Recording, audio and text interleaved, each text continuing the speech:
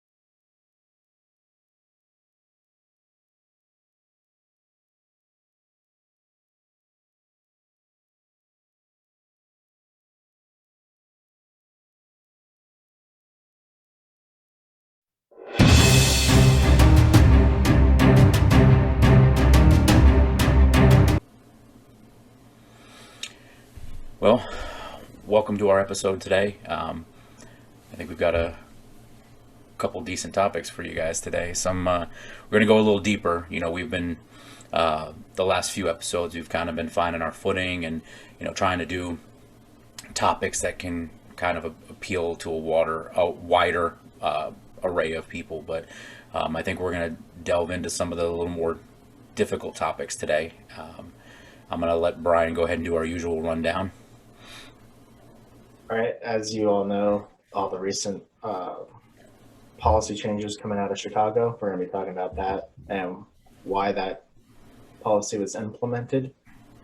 We're also going to be talking about some things that happened this past weekend with Memorial Day from the vice president, the president, and we'll be talking about some rebooted shows, which ones are good, which ones are bad, just for our lighthearted topic.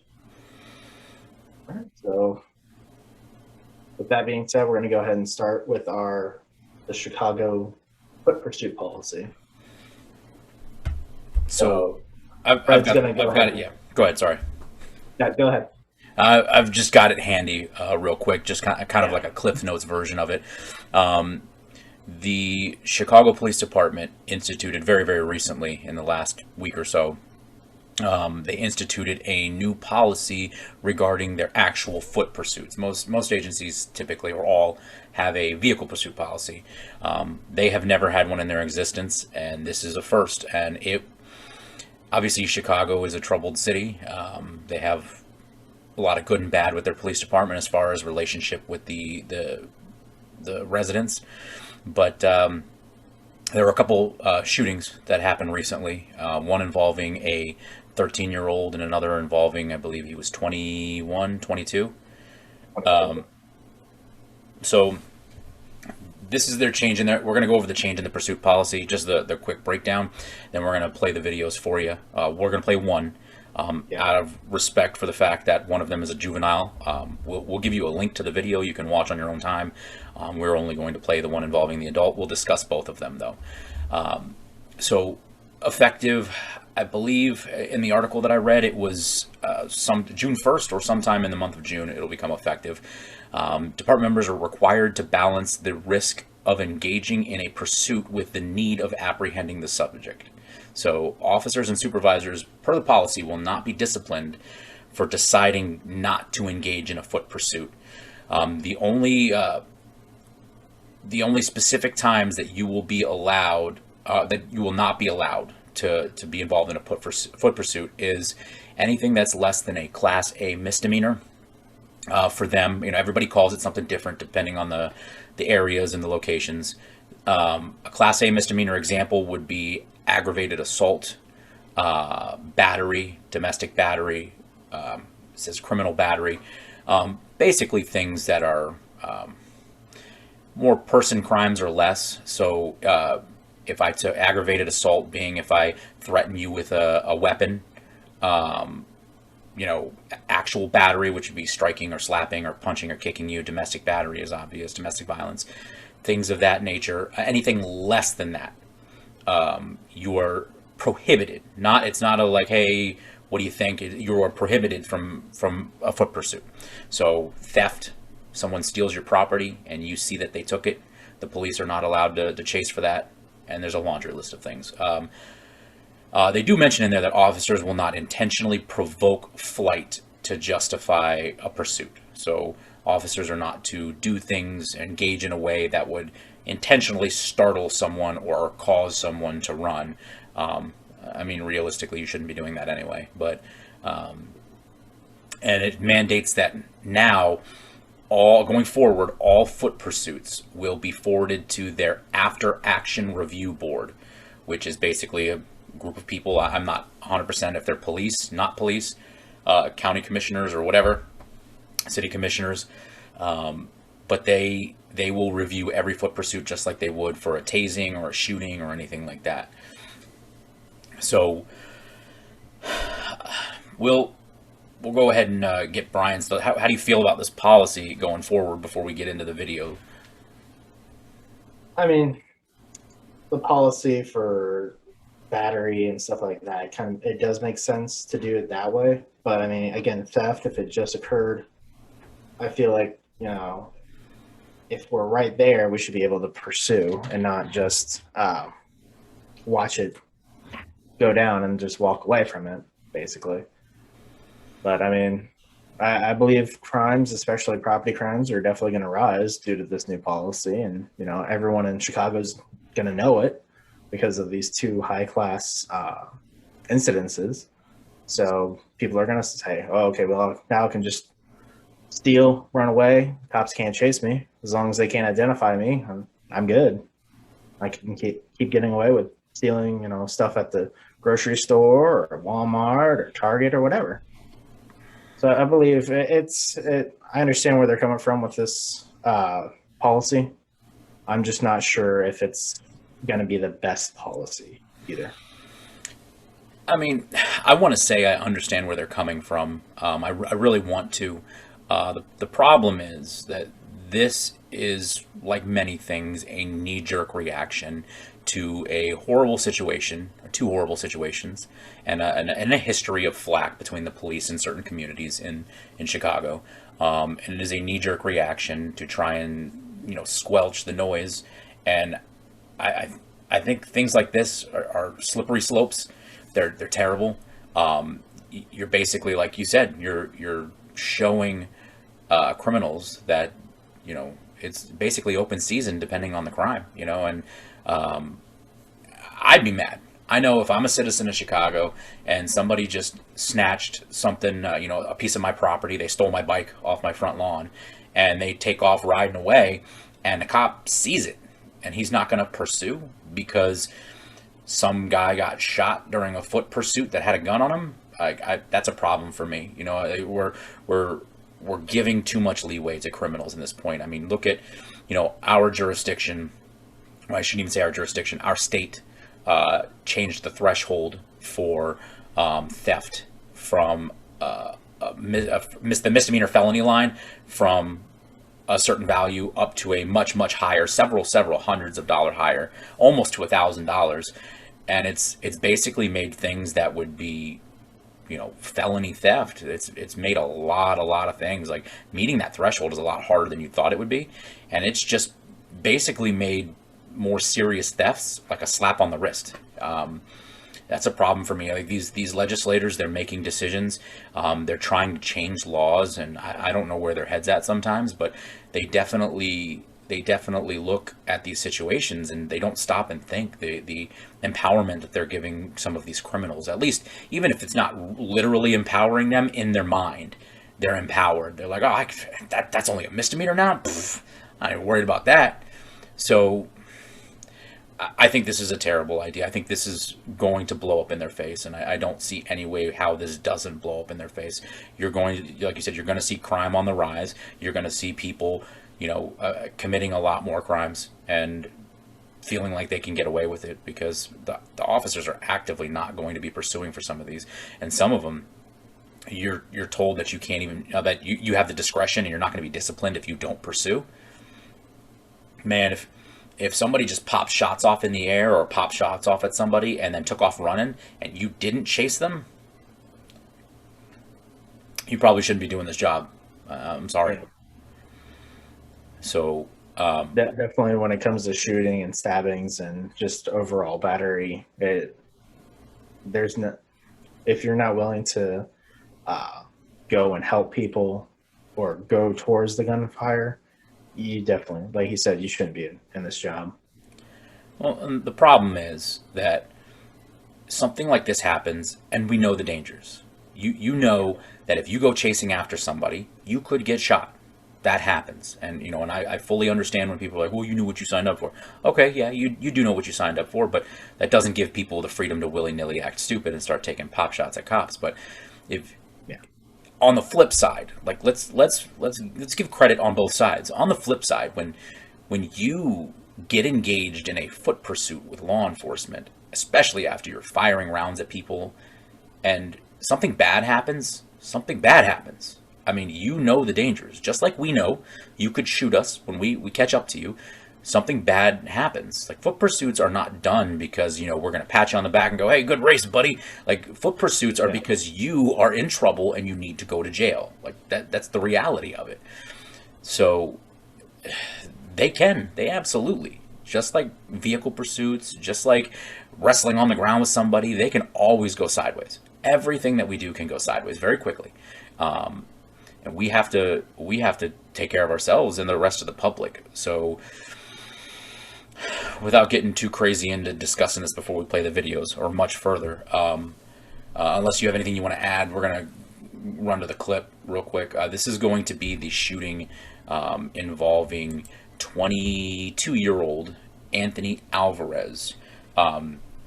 Just to give you very, very minimal background before you start watching this, he was seen walking through, I believe it was a closed gas station. Upon sight of law enforcement, he starts taking off. They end up getting out of the car and they're in a foot pursuit with him, and it leads to a fatal shooting. So we're going to play the clip and we'll discuss it a little more afterwards. Hey, drop the gun! Drop the gun!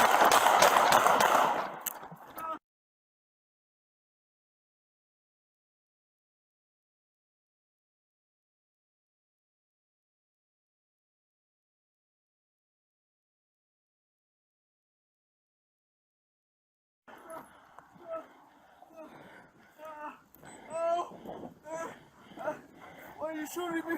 You had a gun!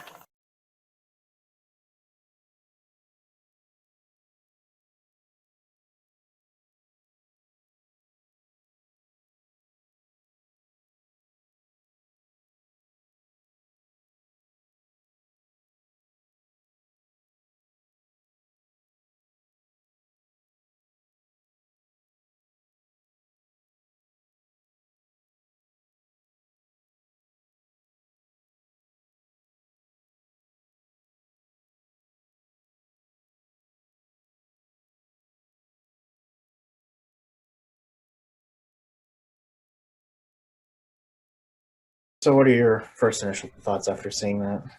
Well, when I first watched the video, and obviously it comes from the body cam perspective at first, I watched the body cam footage, and I mean, we can always sit here and Monday morning quarterback things. You can do that, but you hear him. He's cursing at him. Don't you effing do that? Drop the effing gun. And then the shots ring out, and thankfully we have security video from looks like the duplex, or not the duplex, but the townhouse, and they were in the front yard of, and I think it really opens things up a little bit.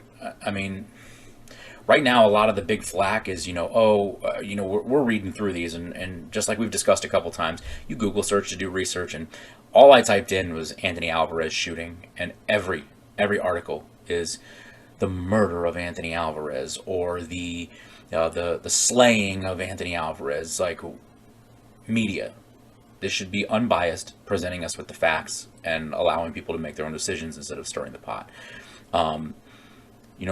The reality is, when you're in a foot pursuit with law enforcement and they yell at you, don't you reach in your waistband, or don't you reach for that gun, and then you grab the gun and pull it out. I mean, you read these articles and you read these testimonials from people in the neighborhood, and they're like, he never pointed the gun at police. I hate to break the news to you. He doesn't have to.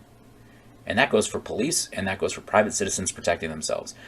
He does not have to turn. I don't have to wait until he's turned and pulling the trigger at me. You don't have to. And like I said, you can Monday morning quarterback it. You can look at the video and stop motion and freeze frame. And does it look like maybe he was trying to toss the gun to separate it from himself? Maybe. But even the prosecutor said, in less than 1 second, he told him, don't you grab that gun, drop the gun, and then shot him. I mean, that's quick. That's quick to try and assume what that guy was going to do with that gun. The reality is, don't grab a gun when the police are chasing you. That should be common sense by now.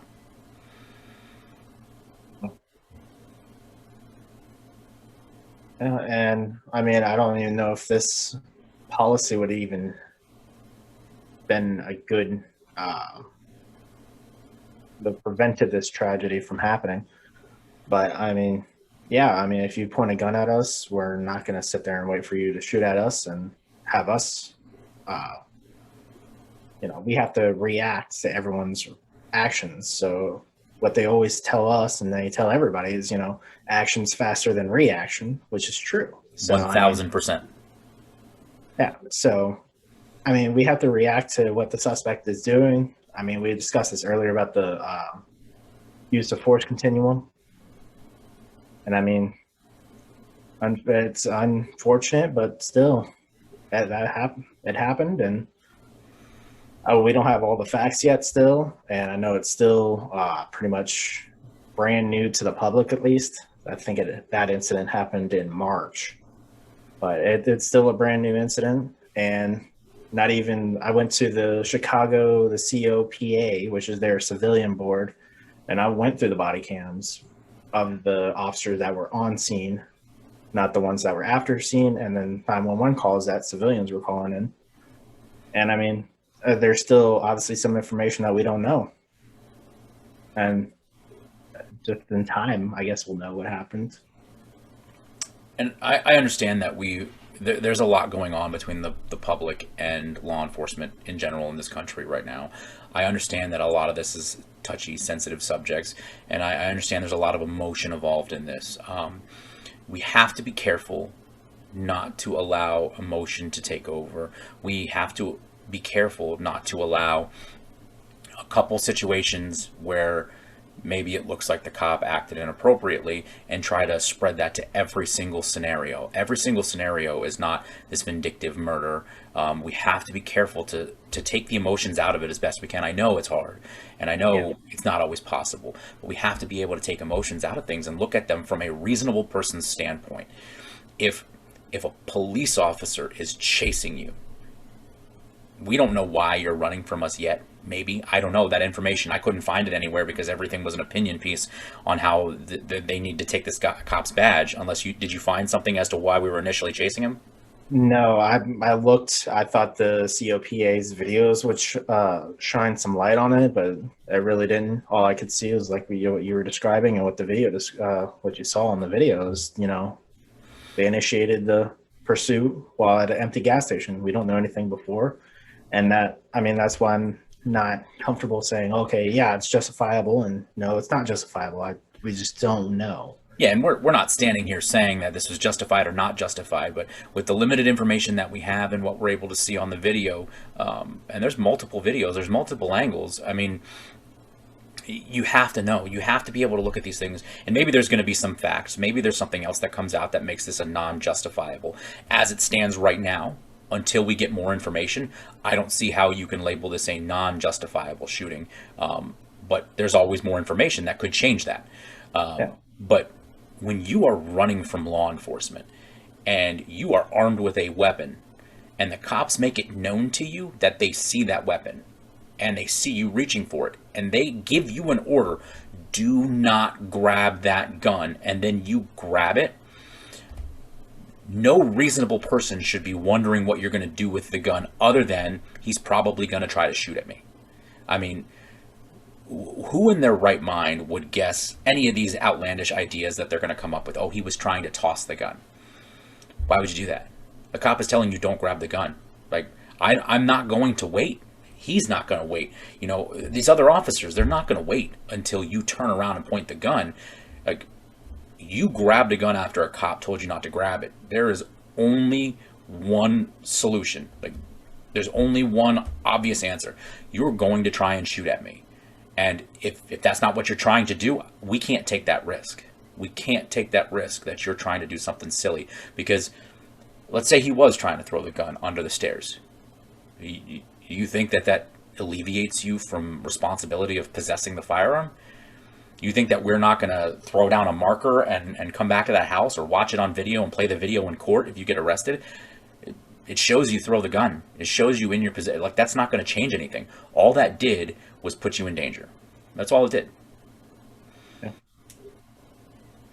So I think this is, in general, is a knee-jerk reaction. Like you said, I don't see, based off of the criteria here, I don't see how that's really going to change much of anything, because none of this addresses the fact that, you know, what do you do if the guy has a gun? None of that. All this is doing is stopping you from chasing people. It doesn't affect what happens if you're on a pursuit and that's authorized, and somebody turns around and takes a pop shot at you, or someone pulls a gun out after you ordered them not to. None of this addresses that whatsoever. This is in typical fashion. These legislators like to do things just to placate to the community and try to, you know, squelch the noise and try to make them look, oh, look, we're fixing the problem. No, you're not. No, you're not. All you're doing is allowing them to be victims, more so than usual, and you're not squelching any of the problems that are that lead to these shootings. None. I mean, not, you know, if my kids do something stupid and I just say, you know what, I'm tired of spanking them, I'm just going to not discipline them anymore because I don't even want to get involved in that. That's not going to curtail their behavior. They're not going to get better just because you're choosing not to spank them anymore. Or discipline them in any way. And then you look at the Adam Toledo. Video. We'll put a link below for you guys so you can go take a look at it. But you know, the information that we have so far is that he was with a 21-year-old male, and I guess they have this nifty. I'm gonna have to look into it more. They have this nifty shooting alert technology. I don't know if it picks up the sounds of gunfire or however it works, but they have a gunshot alert. They have a gunshot alert system, and I think New York also has it. It's a gunshot alert system, and it rang out that, you know, there was multiple gunshots in a specific area. They also received 2 911 calls about it, and police responded to an alley in the area where the shots rang out, and they took off running. The 21-year-old was apprehended by the 2 police officers, and then one of the officers broke off after he was apprehended to chase Adam, and he ended up, and there's also multiple camera angles on this one, and, you know, I may have misspoke earlier. The 1 second statement by the attorney may have been in reference to this one. He took off running, and you can see Adam running down along a fence line, and there's a break in the fence line, and you can't really see what he's doing. Now the cop yells, gun, gun, gun, you know, drop the gun, don't grab the gun. And you can't really see what he's doing with his right hand. He yells, drop the gun, and then bang, shots ring out. After he yells, drop the gun, and the kid turns around swiftly and throws his hands up, and it's like boom, boom, like just a quick turn, and he gets shot. And people are upset because when you watch the body camera in slow motion, you can see that maybe it looks like he tossed the gun, and that when he turns around, the shots are already ringing out as he's turning around, and his hands go up and he gets shot, almost looking like he's surrendering. And you watch the secondary footage from security camera, and you can see him. You know, he kind of tosses the gun off in the dark a little bit, or what looks like it's probably the gun, and they ended up locating it. It's the gun. But your thoughts, man? Well, I believe it was a tragic event all the way around. A minor got shot and killed. Absolutely. And the police officer, if you watch the video at near the end where all the other officers have already responded, I believe Adam is already in the ambulance going to the hospital. The officer's sitting behind the fence crying because of this traumatic experience. I mean, these incidences don't sit well with anybody, whether it be the police or the victim or suspect. I mean, it's just not a good situation to even be in, honestly.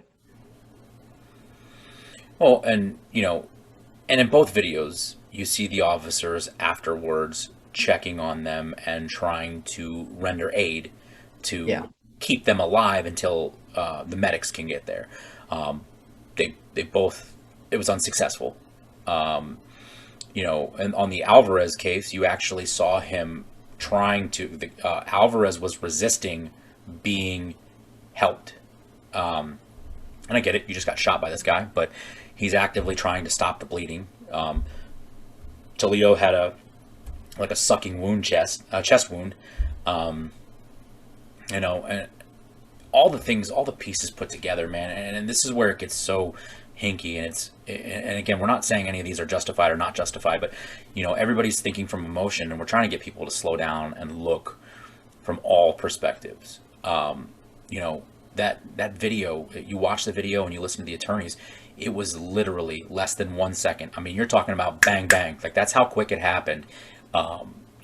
Between where he tosses the gun, like the cop yells, drop the gun, and he whips around. Like, you're not expecting someone to whip around violently and throw their hands up like that, especially when you just saw them with a gun in their hand. And, you can clearly see in the video that the kid's trying to blade himself with the fence, so you can't really see him fiddling with the gun because I guess he didn't want to be caught with the gun. I don't know.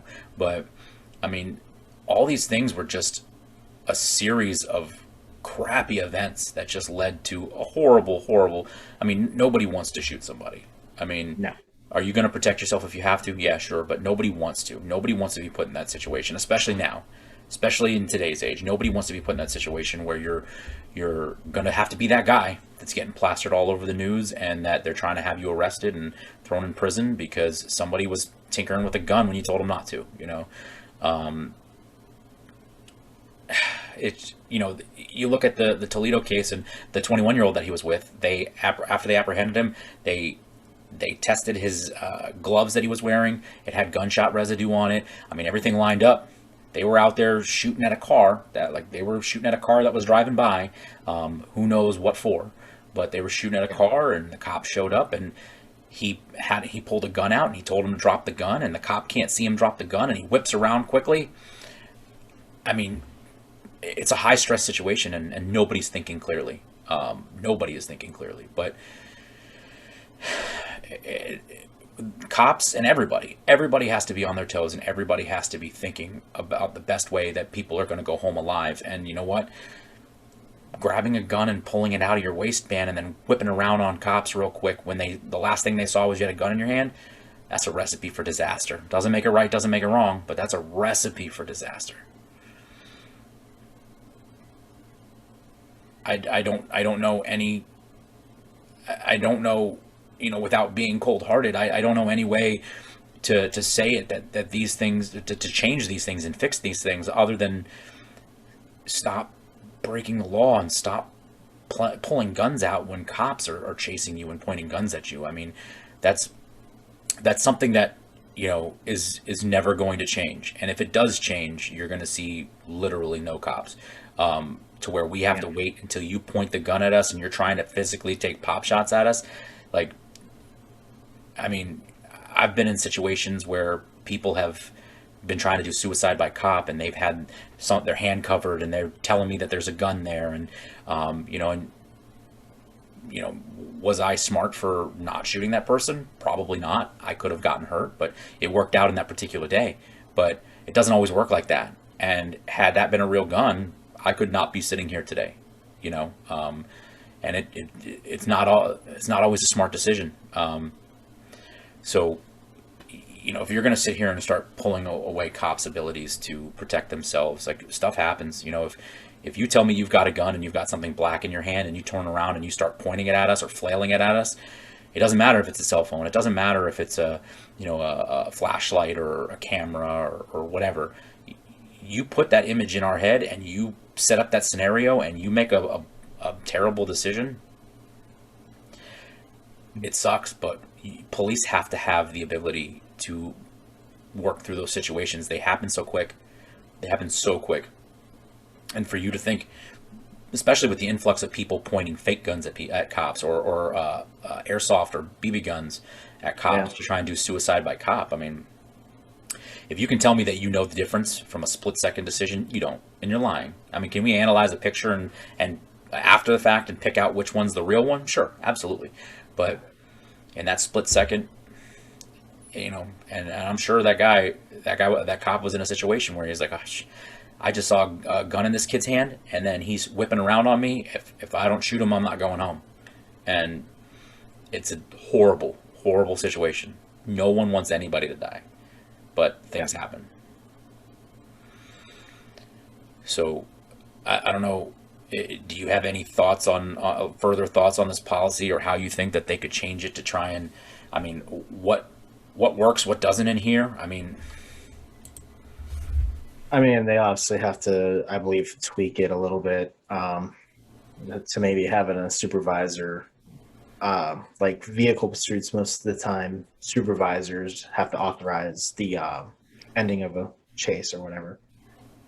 But sometimes, that's just they're not gonna get the relevant information in time.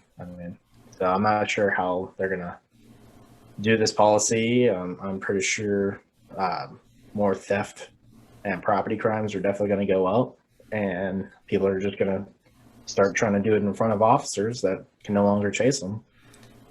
I just don't see how this policy, other than, placating to public outcry, I don't see how this policy protects anybody but the criminal.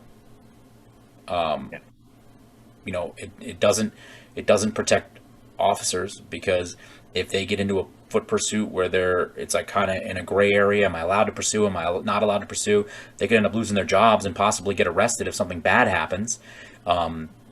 It's these victims of these crimes. I mean, as well as I do, like especially some of these property crimes, if you don't catch these people in a fairly reasonable amount of time, stuff's gone. Bicycles, they get stripped and painted, and they're like in an hour. The serial numbers are scraped off. They're painted. They don't even match the same color anymore. So all the information we got from the victim is useless. Half the times people don't have their serial numbers. So even if they pawned it or whatever, it's hard to track. I mean, it's getting these solved quickly, especially when you see somebody running and they have the stuff. I mean, all you're doing is hurting the public. You're hurting the public, and it's just like the last couple policy changes we talked about. Like, you're hurting the public, and you're not helping anybody but the criminal. I mean, we don't want to have to shoot people, but at some point, the criminals have to take responsibility for their actions too. Police are expected to be responsible for their actions. The average public is expected to be responsible for their actions.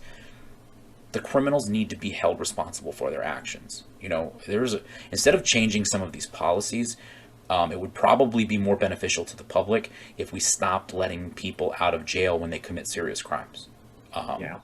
We're allowing people to run amok. I mean, in our local area, at least, I know we don't live in the same town, but when I worked for my first agency, there's a guy that lived he was homeless, but he lived in one of our rougher areas, and it was like a badge of honor for him. He had the record for the most arrests in our county. he had like 200, and the last time I looked, it was like 237 or 273. Maybe I'm getting dyslexic with the numbers there, but like almost 300 arrests. Like, this guy was so institutionalized. He didn't, like, he would walk up to the police and go, "Hey, look, I got crack in my pocket. Take me to jail." He was trespassed from the jail lobby. Like, I mean, you are allowing people who are committing serious crimes. I'm not saying that crack cocaine is like the worst crime in the world, but I mean, you're talking about shootings and things like that, and you're letting people out on technicalities. You're letting people, they're getting out on good behavior. You're letting criminals back out in the streets, and they go to the well too many times, and then bad things happen. Policies like this don't do anything. They're not going to fix anything. All they're going to do, and all the articles that I've been reading on this, they keep going back to the same thing. Well, there's a lot of stress on these officers, because of the low manpower, and they don't get days off anymore. I mean, could you imagine working a 12-hour shift every day for like 6 months, and you don't get a weekend off, you don't get a vacation? Like, bro, we work a 3-day weekend, and by that third day, you're like, ugh, I need days off. So, Yeah. Could you imagine like 6 months, a year straight, working 12s, especially on midnights and stuff, never getting a break, never getting to see your family? Like, that's going to only get worse. It's only going to get worse, because every single foot pursuit you get involved in is going to go to an after action review board that's going to sit back and Monday morning quarterback from their cushy armchair and their air conditioning, that probably, if they are cops, probably haven't seen road patrol in like 15 years. And if they're not cops, they've never put the vest on and they've never put the badge on and had to do it. And they're going to try to judge whether or not you made the right decision even if it doesn't end in a shooting. Even if it ends out perfectly, you catch the guy, you arrest him, no one gets hurt, no injuries, except someone's pride because they got caught.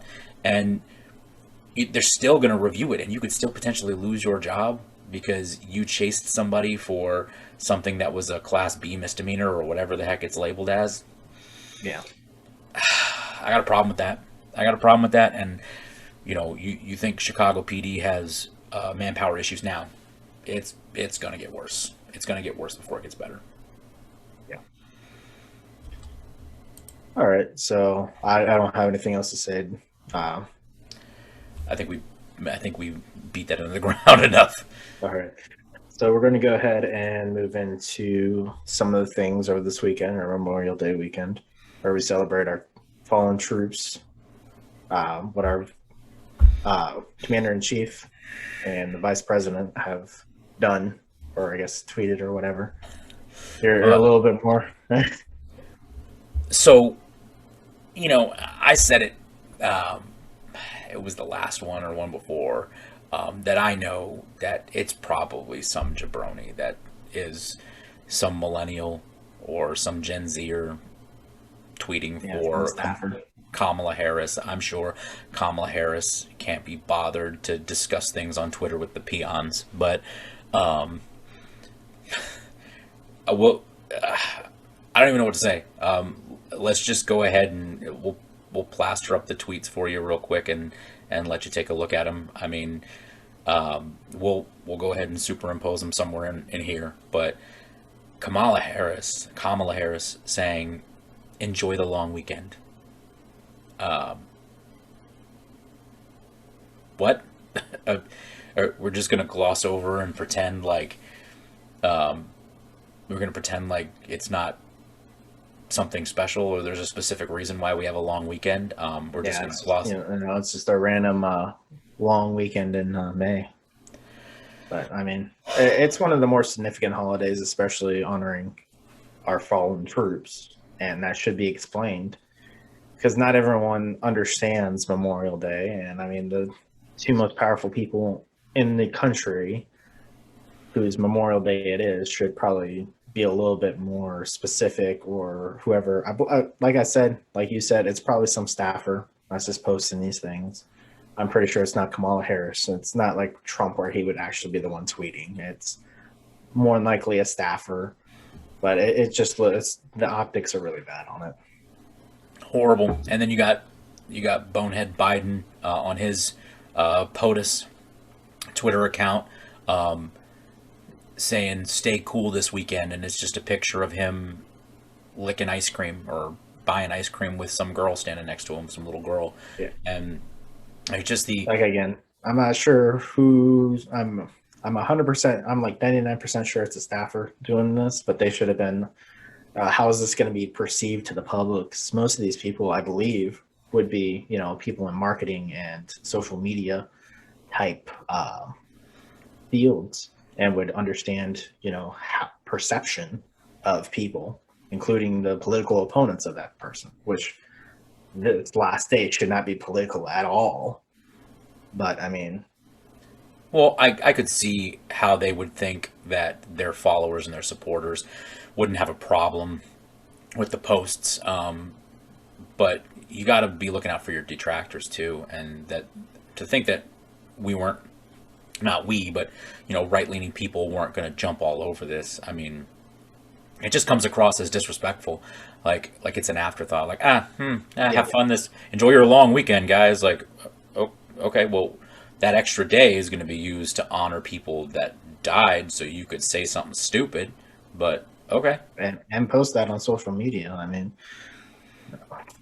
And it's the greatest. I may be biased. I know I am biased to this country, but I mean, this is the greatest nation in the world, in my opinion. We've had our problems, yeah, everyone has, but I mean, we're not gonna disrespect veterans that have died, so we are able to celebrate a long weekend, or have all these freedoms that we take advantage of, because there's many countries in the world that don't have these freedoms that we have, or even found themselves against our freedoms. I mean, it's just very bad optics. I would probably get a change of, if I was them, I'd probably get a change of whoever's managing the social media accounts. probably not a bad idea.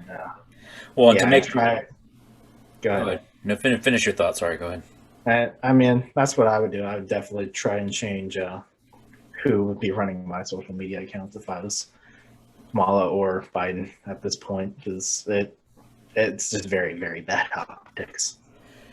Well, to make matters worse, when you go through her Instagram page, not Instagram, I'm sorry, Twitter, she posted 2 tweets over the course of almost 20 hours. It took her almost a full day to even acknowledge the the holiday and kind of clarify. I mean, as soon as that was posted, you should have been in there right away, within minutes. Even if you don't delete it, within minutes you should have had another post, talking about, our history, our servicemen, blah blah blah. You should have been out there, appeasing the masses with a Memorial Day tweet. It's almost 20 hours it took her, or her staffer, and in that time she managed to post a post about linking people to vaccines.org to make sure you can get vaccinated nice and easy. She also managed to post a political post talking about Texas legislators, and them advancing bills and about voting rights bills. And she then pushed the people in Congress that they need to pass the For the People Act and the John Lewis Voting Rights Advancement Act. And for people that are not familiar with those labels, and I wasn't necessarily familiar with them being labeled as that, that is referencing H.R. Bill 1 and 4, which are the voting rights bills. And after 20 hours, after pushing your agenda on vaccines and pushing your agenda on voting changes, now you've got time to go, oh yeah, and by the way, our servicemen and women and the history of this country and blah blah, it all just sounds like noise now. It sounds like noise now. Yeah, like I said, I'm not going to beat it into the bush anymore, but I mean, very bad perspective. You got to use your noggin a little more than that. I mean, that's stupidity. Like that's just actual stupidity on the part of whoever posted it. I mean, and shame on whoever's managing, the person that's managing the account, to not catch that and not be smart enough to go, that was a bad idea, because it was a bad idea. This doesn't look too good. I mean, this is Memorial Day weekend. This isn't just a random third day off we get just because. Yeah. Hey, enjoy your third day. Like, no, there's a purpose to it. Yeah, there's a super important reason why we have that third day off. Very super important. So, since Kamala Harris brought it up in her insensitive tweet, series of tweets, I know we wanted to discuss HR 1 and HR 4 a little bit.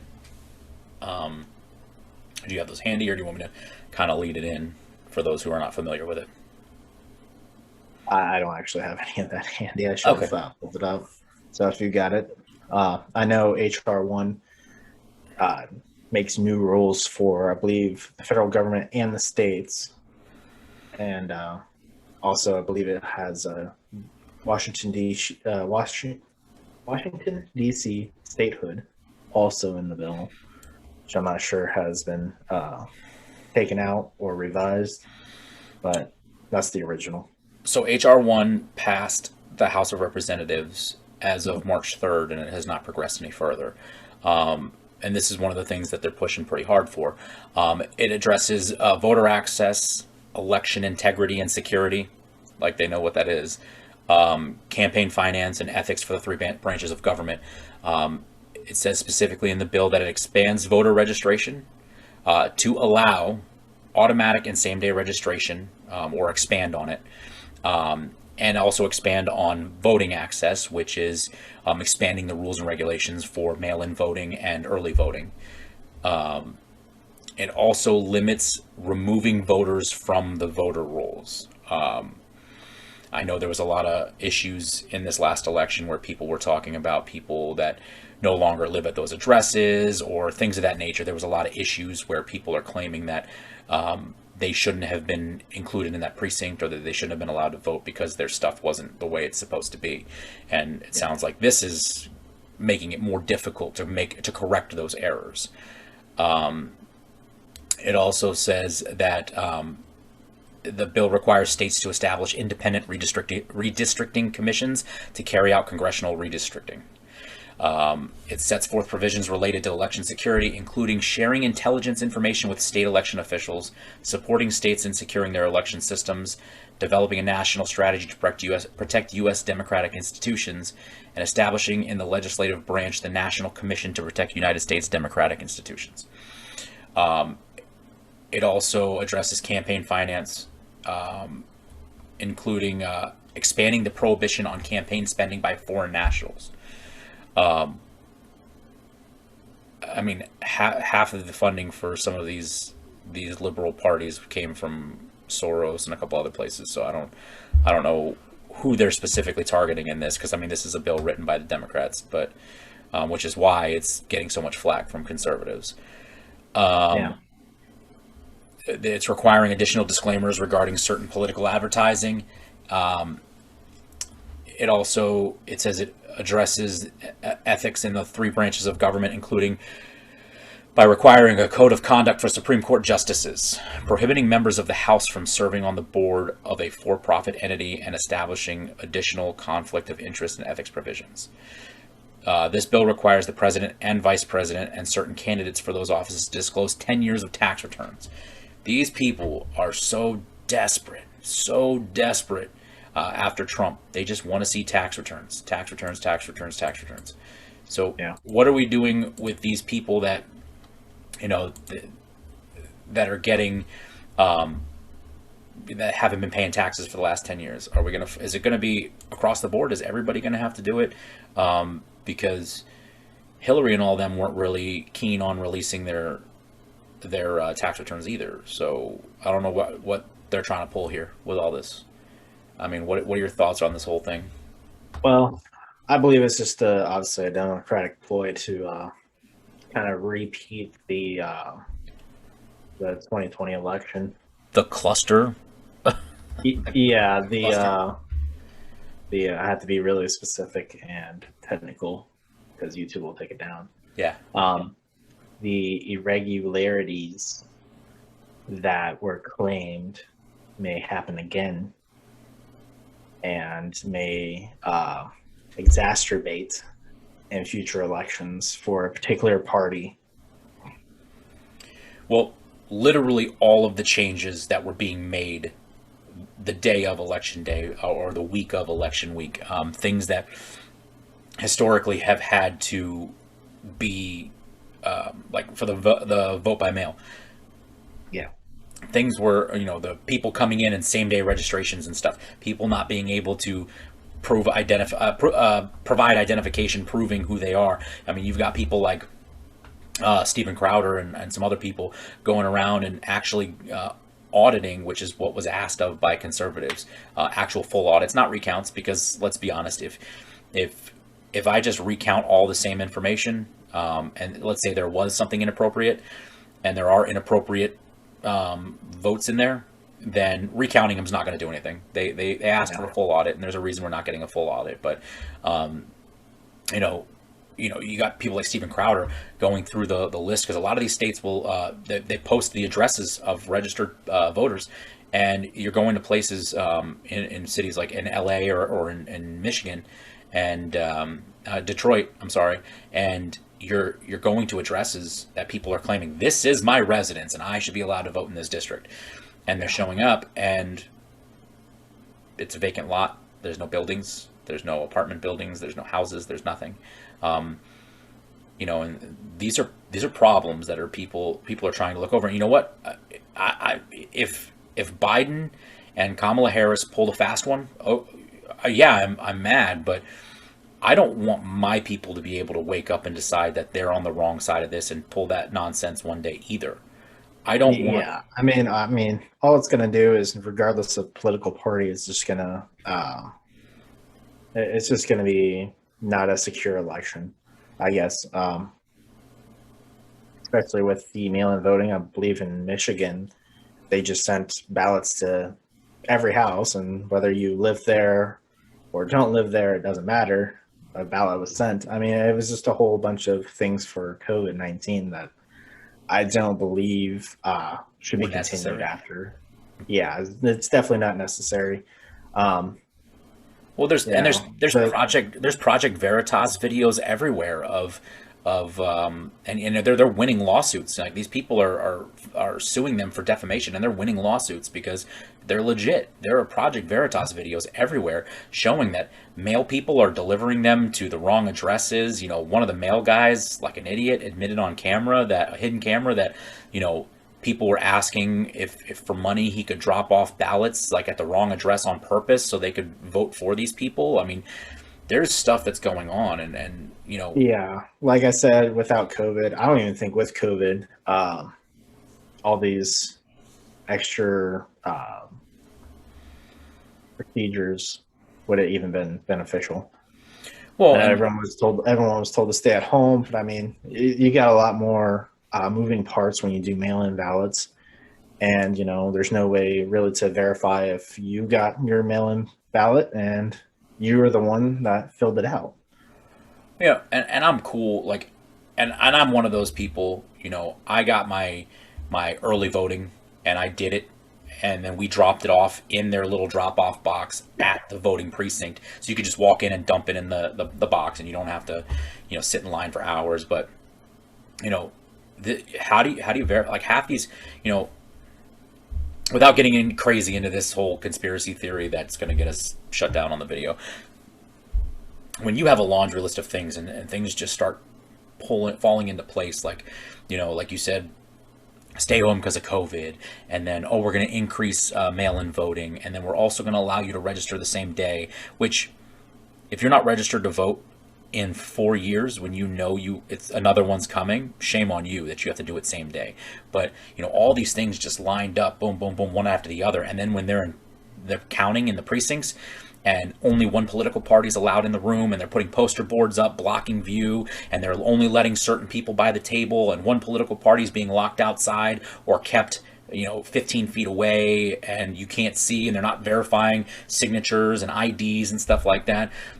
Exactly, and you're, even if it was, and this is an if for me, if it was a secure election and this is totally legit, look at it from the perspective of conservatives. If Democrats were just said, okay, well, you got to stand way over there, you can't see what we're doing, and it's going to be fair. People are going to be up in arms, obviously. Trust me, it'll be fair. Don't worry. Yeah. So, and everyone's extremely trustworthy all the time, 100%. Even if this was 100% legit, there are enough issues and irregularities and concerns, things that a normal, rational person would go, okay, that's weird, to at least warrant a second look, like a legitimate second look, not something like, oh yeah, we counted everything again, it's fine, like a legitimate second look. And and if they went through and they recounted everything and they audited everything and Biden won, okay, it is what it is. But the fact that you're like, why, if this was all legit and this was all 100%, why would you not want to go, yeah, screw it, let's audit the whole thing, let's do it, and you know what, when it comes out that we're right, we're going to rub it in your face for the next 4 years because we were 100% correct and you played games too much. So I mean, I just, and these bills are only, and that's the fear. And these people that are in support of these bills, or they're in support of Joe Biden and Kamala Harris, I want people to, just like we said with the earlier topic, stop looking at things from the perspective of what you want, and start looking at things from a rational person looking in from the outside. And if the roles were reversed, like you said, what would you want? How would you feel if something like this happened to you? Yeah. And how, and after all this happened and you've been fighting it tooth and nail, now Congress, the party that just won and that you feel maybe it wasn't honest, the party that just won is now trying to make new rules and regulations that are going to allow what just happened to happen again and again and again. That's a problem. Yeah. Especially when that other party controls the House, the Senate, and the executive branch. I mean, that's all you need for a bill is the House, the Senate, and the president to sign off or veto. Well, and if you look at H.R. 4, it establishes new criteria for determining which states and political subdivisions must obtain pre-clearance before changes to voting practices in these areas may take effect. So pre-clearance is the process of receiving pre-approval from the DOJ or the U.S. District Court for the District of Columbia before making legal changes that would affect voting rights. So now it says that a state and all of its political subdivisions shall be subject to the pre-clearance of voting practice changes for a 10-year period if 1, 15 or more voting right violations occurred in the state during the previous 25 years, or 2, 10 or more of the violations occurred during the previous 25 years. It says a political subdivision as a separate unit shall also be subject to pre-clearance for a 10-year period if 3 or more voting rights occurred during the previous 25 years. So a state or political subdivision that obtains a declaratory judgment that it has not used a voting practice to deny or abridge the right to vote shall be exempt from pre-clearance. So they set up this great rule. It sounds fantastic. Okay, great. So if you've had no issues in the last 25 years or 10-year period or 25-year period, depending on the subsection you're looking at, you don't have to get pre-clearance. But also, we've got this little caveat in here that makes you exempt from even having to get it at all altogether. And this is what they do, though. This is what they do. They put all these bills out there, and they all sound great on the surface, but then they put these little footnotes in there that allow them to get away with murder. And you look at where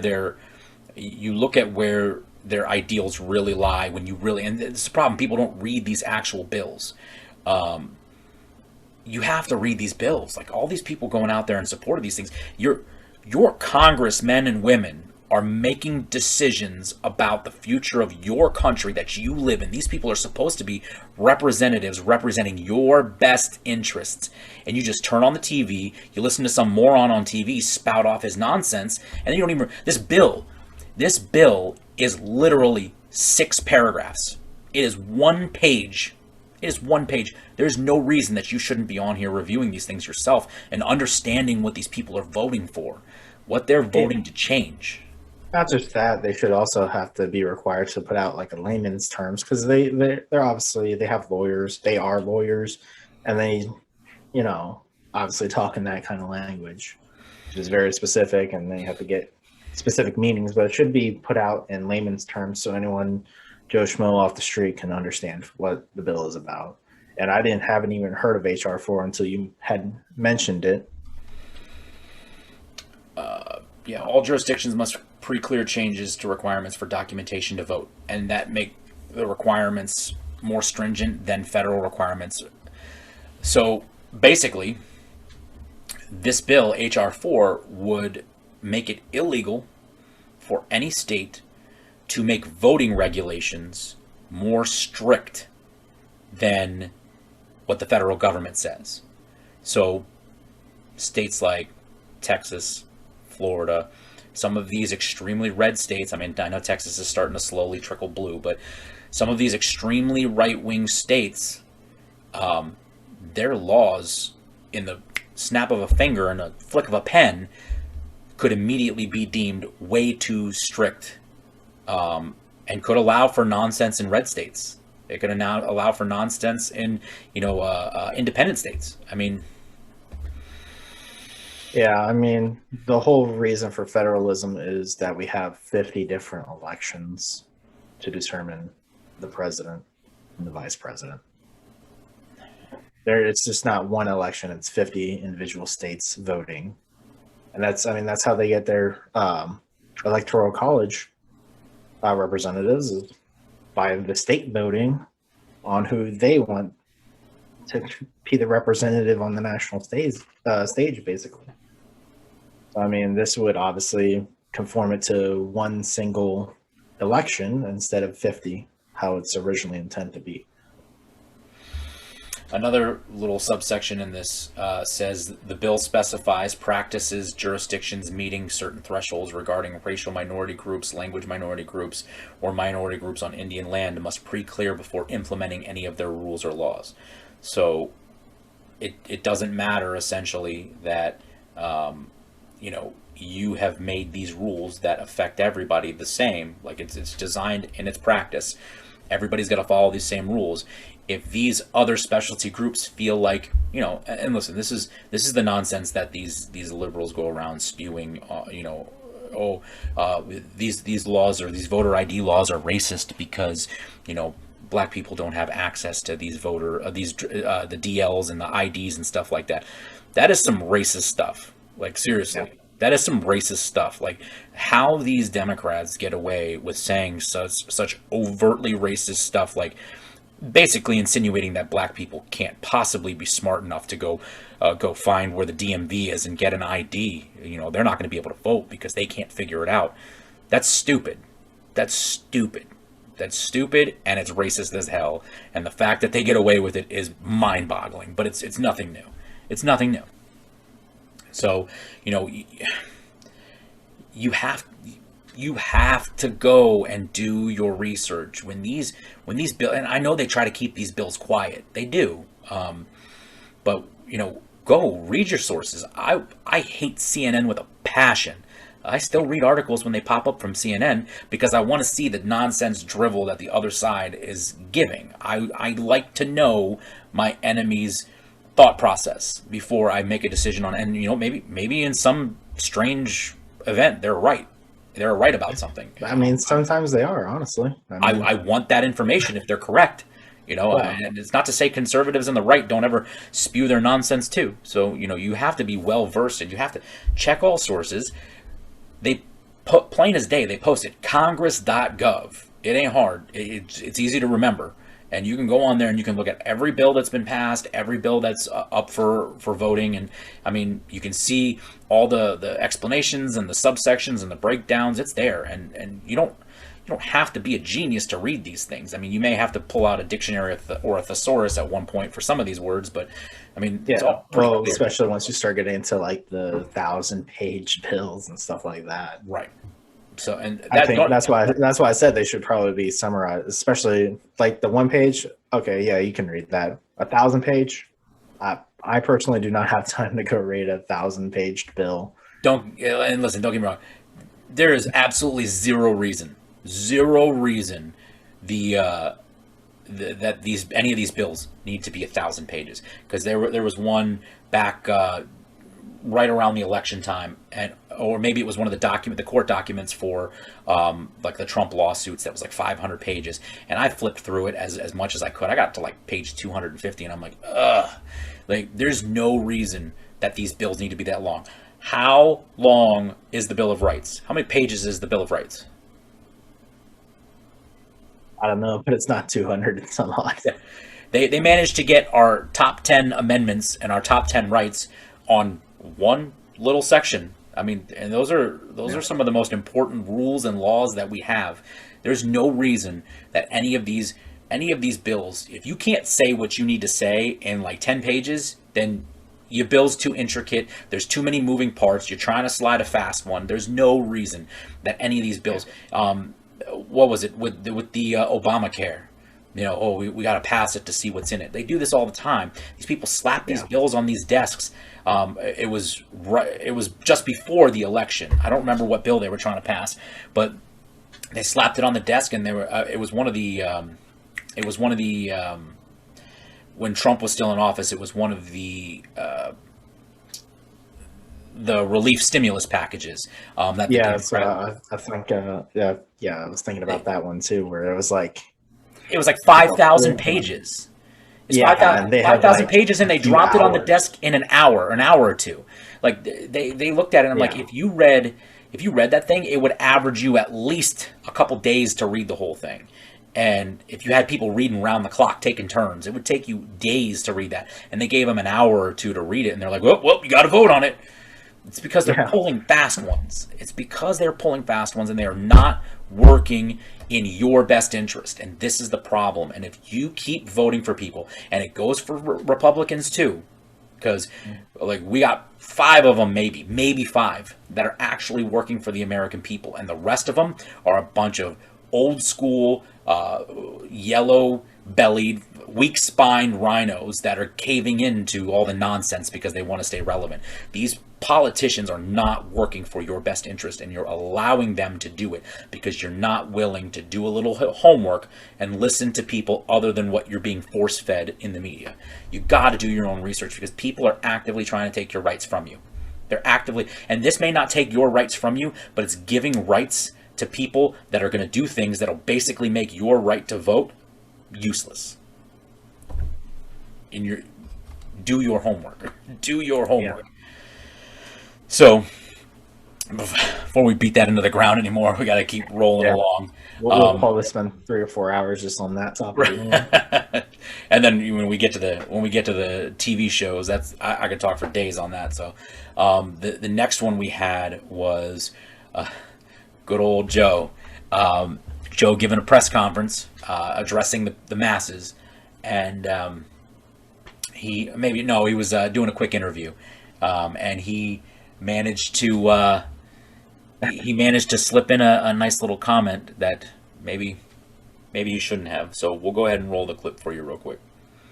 I'm honored to be joined today by Governor Northam and by 2 great representatives of the Commonwealth, Congressman Laurie and Congressman Scott.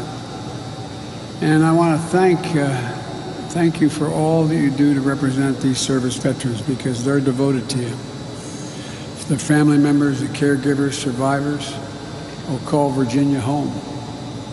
I'm especially honored to share the stage with Brittany and Jordan and Nathan and Margaret Catherine. I love those barrettes in her hair, man. I tell you what. And look at her. She looks like she's 19 years old, sitting there with her, like a little lady with her legs crossed. This dude doesn't know when to quit. Just, when we first talked about this, we were sharing nonsensical clips of all the slightly pedo stuff that Joe's been doing in the past. Some of the touching and the groping and the kissing and just awkwardness.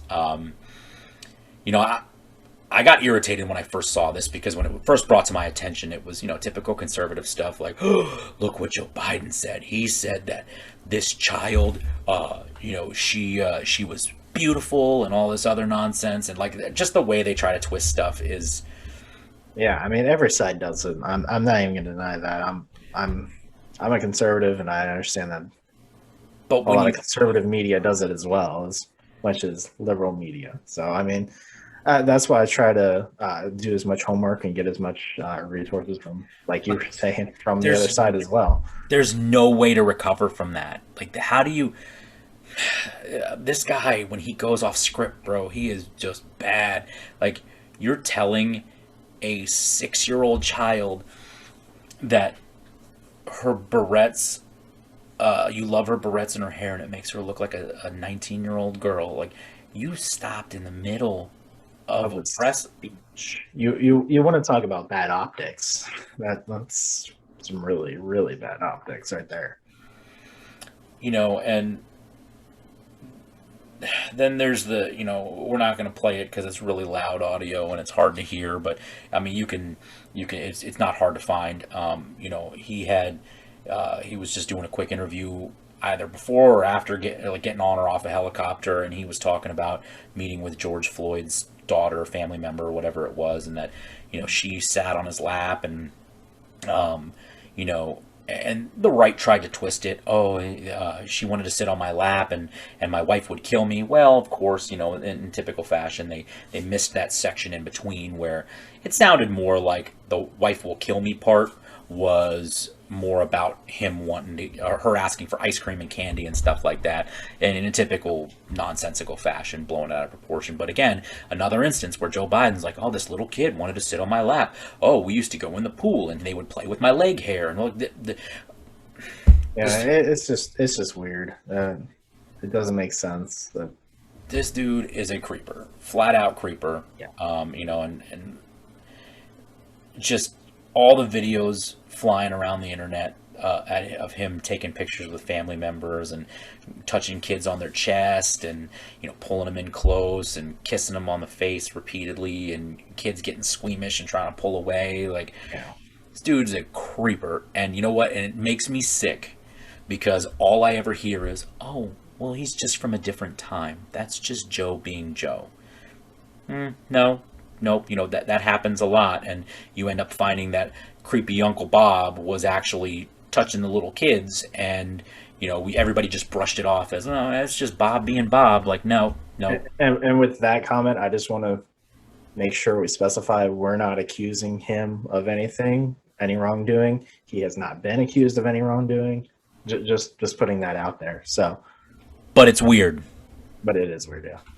But like I said, no accusations have been made, and we're not claiming that he's done anything wrong either. We're just simply commenting on his comments. Maybe don't pause in the middle of addressing the public to comment on a 6-year-old's hair and how pretty she is. That's weird. If that was Trump, you'd be eating it alive. You'd be destroying him. They still just try to destroy him over comments that he made in private where he was secretly recorded and he didn't realize it. They still go at him for that. Yet this dude is doing creep-tastic stuff on camera in front of people. And everybody's like, it's just Joe. It's fine. It's fine. So the double standard is ridiculous. Double standard is ridiculous. And we're not accusing him of anything. No. Just saying. And no bad one has optics. accused him so far, yeah. Just very, very bad optics, especially in the middle of his speech. So yeah, just stop letting Joe go off the cuff. Stop. Yeah. Somebody, speech writers, help him. Whatever you got to do, like don't let him go off the rails, because I mean I enjoy it. I laugh every time I see the moronic stuff that he says. I love it, but for your own sake, don't let him go off script. Keep him. Whatever you got to do, keep the eye on the prize. Yeah, earpiece, something. Not making any accusations, just saying stuff to help him. Earpiece. Just make sure he's staying focused on whatever subject he's talking about, whether I agree with it or not. I like your CYA. I like that. Yeah. Well done. So, I guess we can go ahead and move on to our final topic here. Yeah. Shows that should or good reboots and bad reboots for television series. Yeah, more than And anything, just if you know the validity or the is it worth rebooting shows, and you yeah, know we're gonna kind of go through some of the things that we found that we like or hate. So I'll let you kick this one off. Why not? Go ahead. uh, well, I have very two strong opinions about two shows in particular. Well, I guess one show, Twilight Zone, the Twilight Zone. I grew up watching the classics, the 1950s version, and I try to watch the. I think they rebooted it 4 times, and this last time I just didn't make it through all the first season. I just couldn't. It was too political, just like any other show, really.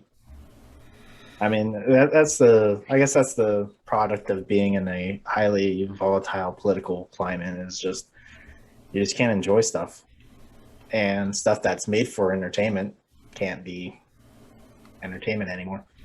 I like I said, I really like the Twilight Zone. I like science fiction. I like the twists and turns that they proposed. But while watching it with my brother, I mean, we saw the twist coming from a mile away, and it just wasn't interesting, honestly.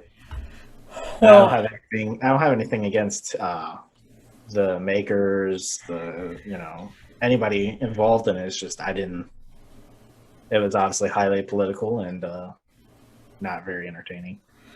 I think you can do political stuff, even political stuff I don't agree with. You can do political stuff without And the original Twilight Zone was very political, especially for that time being back in the 50s and this Cold War and all that. Well, I think politics coming into play in things, especially like movies, things where you're trying to take a break from reality. Politics coming into play, I think, go over a lot easier when it's not pushing a narrative that's so incredibly divisive or makes people feel like they're personally attacked. I mean, it's so. I mean, one of the reboots that that I did love was Batman Begins. I'm kind of 50-50 on reboots. Like sometimes reboots are just absolute garbage, and sometimes they're fantastic. And like Batman, I'm a huge Batman guy. The Batman, the Christopher Nolan trilogy is easily my favorite Batman movies ever. Even if they're not the most comic accurate, I think it's the most well done Hollywood adaptation. But that got really political too, and I mean it helped for me that it got a little more conservative leaning in the politics, but it got very politically leaning and stuff like that. And I don't think it, even when it dabbled in the politics, it got flack in the media a little bit. People felt like it was very like George Bush-ish at the time, but it can be done right as long as it's it has to be done correctly, and you can delve into the politics without jamming it down people's throats, Yeah. Just like anything else. So let's go ahead and get off politics. I'm sorry that I brought it back, but I mean, I really like the Twilight Zone. I remember watching it New Year's Eve through New Year's Day, just staying up all night watching the Twilight Zone. So, I mean, that was my favorite show growing up. Well, you look at like just scrolling through some of the lists, and unfortunately, like all the lists I find with terrible reboots are TV shows or movies that I didn't really particularly care for the original, so I didn't bother watching the new one. Or like Point Break, for example. I watched Point Break. It was fine. I mean, I didn't like it or hate it, but the remake did not entice me at all. Like I wasn't really looking forward to it. Bewitched, I remember I watched that because I grew up on Nick at Night and TV Land with my mom. We watched all kinds of old shows that I was way too young to even have been alive for them. I watched Get Smart and Bewitched and all this other nonsense. And Bewitched was a great show. The movie was awful. I mean, I'm not a big Will Ferrell guy as a leading actor. I think he's hilarious when he's like a supporting character. I think in general when he's the lead, his movies are stupid and he's an idiot. But he's funny. He has his moments. But not all reboots are bad. I think a lot of them miss hard. But one of the ones that keeps popping up on all the lists is The Longest Yard as a terrible remake. I mean, The original Longest Yard with Burt Reynolds way back in, I believe it was the 70s. I watched that. Yeah, I mean, there's a lot of ones that I didn't even realize were reboots, like Longest Yard. I always thought that was the original, and there was never. Well, and you know, the original one was fine. I mean, it's a 70s movie, so I mean, I unfortunately I watched the new one first and then went back and watched the old one, and the old one's a little slower. It's not quite the same. The new one's a little more of a comedy, and it has a lot more pop culture references and stuff. I like Adam Sandler in general. I don't think he's amazing, but I like him. He makes me laugh. So Yeah. Longest Yard I liked. I mean, there's a lot of hits with remakes. We were kind of going through this list a little bit. Red Dawn, I heard the remake was terrible. The old one was great. I know you didn't really like the new one, right? It was okay. I liked the action. It was just the concept of North Korea invading the United States is kind of a little bit odd. But I mean, you know. Well, Russia invading during the Cold War was a little more realistic, I guess. Yeah. I mean, if it was like China or another country, maybe even Russia again, I think that would have been a little bit more realistic. Yeah, but making North Korea, yeah, I'm with you. Yeah, a nation that can't even feed their people invading and occupying the United States is. Well, even like Charlie's Angels, the original ones. I mean, it was what it was. It was cheesy, like 70s. Yeah, it was like late 70s and into the very, very early 80s, and it was that time frame. I mean, it was good. I mean, the show was fine. No problems with the show. Lots of nonsensical, quick action, and it was short. Every episode was like 30 minutes or less. So, yeah. And then the reboot that came in the late 90s or early 2000s with Drew Barrymore and Cameron Diaz and stuff. The first one was entertaining. I mean, it helped that they were all attractive or mostly, and it did okay. It served its purpose well enough to get a sequel, but I didn't particularly care for the sequel. But this last reboot, it just, again, you got to be careful. Like you try to get woke in these movies, and it shows at the box office, and they went too far over the woke line, and they got crushed. And not everything needs to be rebooted or dabbled on. There's the Ghostbusters movie. I didn't bother watching it. It had nothing to do with an all-female cast. I didn't. I want Bill Murray. I want Bill Murray and Dan Aykroyd. Like, those are my Ghostbusters, man. And it didn't matter if it was an all-male cast. I needed my original guys. Otherwise, I'm not interested. We talked about The Thing. Oh, The Thing. Yeah. That, if you want to talk about a remake, that is amazing. The 70-something version with Kurt Russell. That movie, I saw that when I was a kid, and it terrified the hell out of me.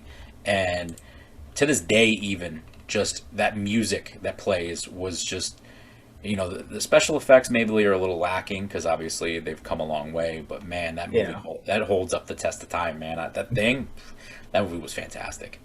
Another good reboots was Doctor Who. If you're starting to see a pattern, I'm really into science fiction yeah. I've heard good stuff about Doctor Who. I didn't watch it or anything like that, but yeah. Well, I've seen a bit of the classics and kind of like the 2005 to whenever David Tennant kind of left. I think that's when I stopped watching it. But yeah, I mean, up to that point, it was good. What are some other reboots that we discussed? Total Recall. Total Recall was on the list of a terrible reboot, and I watched the newer Total Recall movie with Colin Farrell, and I mean, I'm a little different with movies because I'm part of me is a movie snob, but then part of me is willing to just take things for what they are. It wasn't. So they took an Arnold Schwarzenegger movie, which had a very thin story, like every Arnold Schwarzenegger movie. Like, Arnold Schwarzenegger's not going to come in and win an Academy Award or some beautiful acting award. I mean, he's an action guy.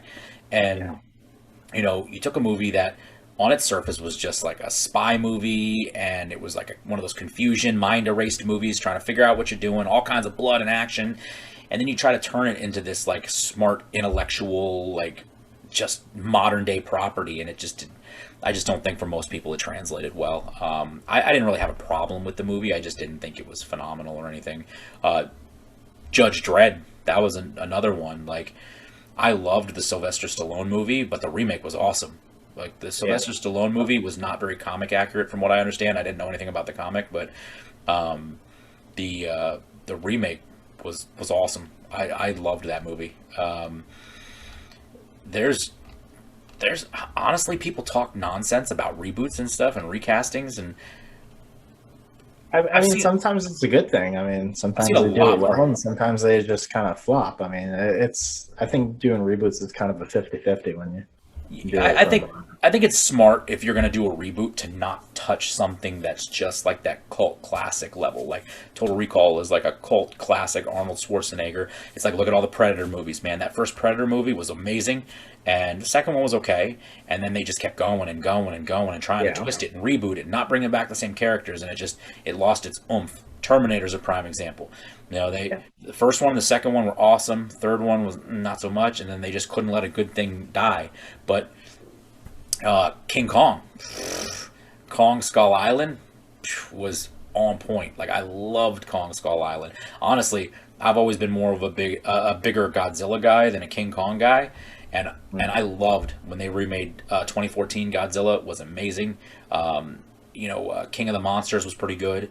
But I finally went back, because I haven't been a big King Kong guy, but in preparation for the Godzilla vs. Kong movie, I went back and finally watched Kong Skull Island, and bro, I thought it was better than the Godzilla movies. I thought Skull Island was ridiculous, and way better than any King Kong movie I've ever seen, ever. Yeah. I mean, you there's stuff like Minority Report. I believe they tried to do into a TV series. You want to talk about a good movie? Good lord! I mean, it may not be a good movie for rewatching, but man, that first time you watch that, it just blows your mind. Yeah, but I think the TV series only lasted a season. Yeah, I heard it got trashed on pretty hard. Yeah. I mean, like we were talking about. I mean, reboots are kind of a 50-50 depending on how they do, because sometimes the reboots are even better than the originals. Yeah. Prime example is the Mummy movies, and I know people don't like Brendan Fraser too much, but man, those first two Mummy movies I loved them. I mean, the third one, the Scorpion King movies with The Rock, I mean, the second Mummy movie will always be dampered by that terrible CGI of The Rock at the end of the movie, but that helped launch his career more, and those first two movies were great, and then the third one, half the fun was that actual Egyptian zombie, and then they start taking it to, what was it, China or Japan, where they've got Chow Yun-fat or whatever was playing the emperor, or it just went on too far. So yeah, I think as long as you try to take something that was garbage the first time and try to improve it and make it better, or try to touch something that was good but isn't like cult classic status, I think you're safe. It's when you start messing with people's childhood and stuff like that. I mean, I think one of the hardest things to reboot are definitely TV shows. Yeah. Well, growing up, I loved the movie Howard the Duck. I loved that movie. At the time I was a kid, I had no clue that it was a Marvel property, a Marvel Comics property, no clue. And as I got older, I learned, but they've hinted at it and teased it a couple times. He's made cameos in the MCU movies in end credit scenes and stuff like that. But I'm dying for them to remake Howard the Duck, because that little dude is so vulgar and inappropriate, and that may be why they won't make it. But that's such a great storyline. They made Deadpool and Deadpool 2, so. Well, yeah, that was a Fox property, but now they've confirmed they're making Deadpool 3, and it's going to be R-rated. So Disney, pulling out all the stops. So yeah, especially after the whole COVID-19 closing down everything. Yeah, they gotta kind of make up their margins where they can. So who knows? I mean, like I said, some TV shows probably shouldn't be touched as far as reboots. Example, Twilight Zone and Rugrats. That's Oh, Rugrats. yeah. Yeah. The CGI is very awful and Well, probably should. no, without getting too detailed into the conversation, that's one that you and I have been poking fun at for a couple days, because Yeah. Rugrats is a prime example of where you take something that was a child's show, and maybe they had little undertones of reality in there, but Oh yeah.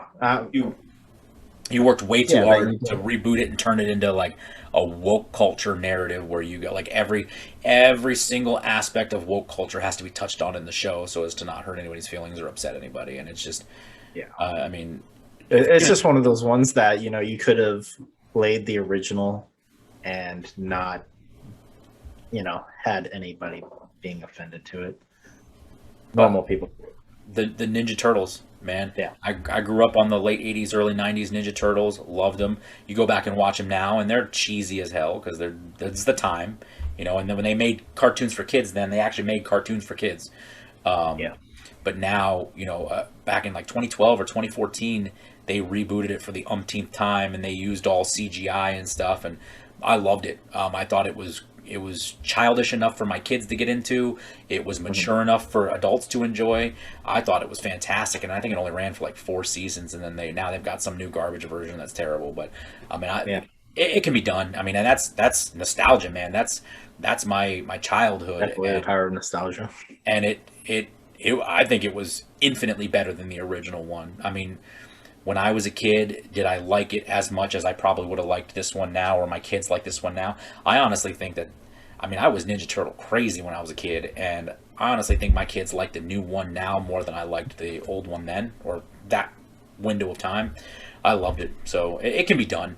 You can touch on sensitive things, man, but you got to hit a home run. Like, you got to hit a home run. Or Yeah. anything less than A++ is a failure. So Exactly.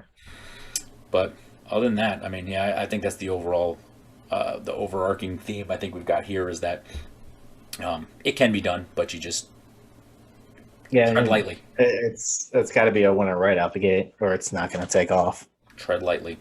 So Yeah. well, About this video being 2 hours long, I think we should go ahead and end it. I mean, we covered a whole bunch in this video. if this one was unbearably long, that was not intended, folks. No. Just get carried away. So again, we appreciate, we've been watching the numbers climb, we're getting our watch hours in, we're making progress towards that first milestone of 1,000 followers. So we appreciate what everybody's doing, everybody that's helping out and commenting. We've had some folks comment on the videos lately that are not friends and family, so we appreciate it. The love's getting spread a little bit. So just if you haven't, again, we still look at the analytics, and a vast majority of our views are coming from people that haven't subscribed yet. A big chunk, at least 50%, haven't subscribed yet. So please, hopefully we're still cranking out content you're liking, but like and subscribe, notification And bell. if you're not, comment in the section below what we could do better or what you would like to see. We're always open to suggestions. And yeah, just get back. We've heard positive reviews about having Ron on our last episode, so If you want to see him back, comment. we'll definitely look at maybe bringing him back at some point, and we're definitely looking at having other people on as well. This episode we knew it was going to be jam-packed as it was, and adding a third personality was probably going to make it a 3-hour video. So Yeah, 3 or 4 hour. so just again, we appreciate everybody, and like and subscribe, comment, follow along, hit us up on all of our social medias, and we'll make sure to respond to you as much as we can and incorporate anything that you want to see in these videos. So thanks again, guys. Yeah. We'll catch you on the next one.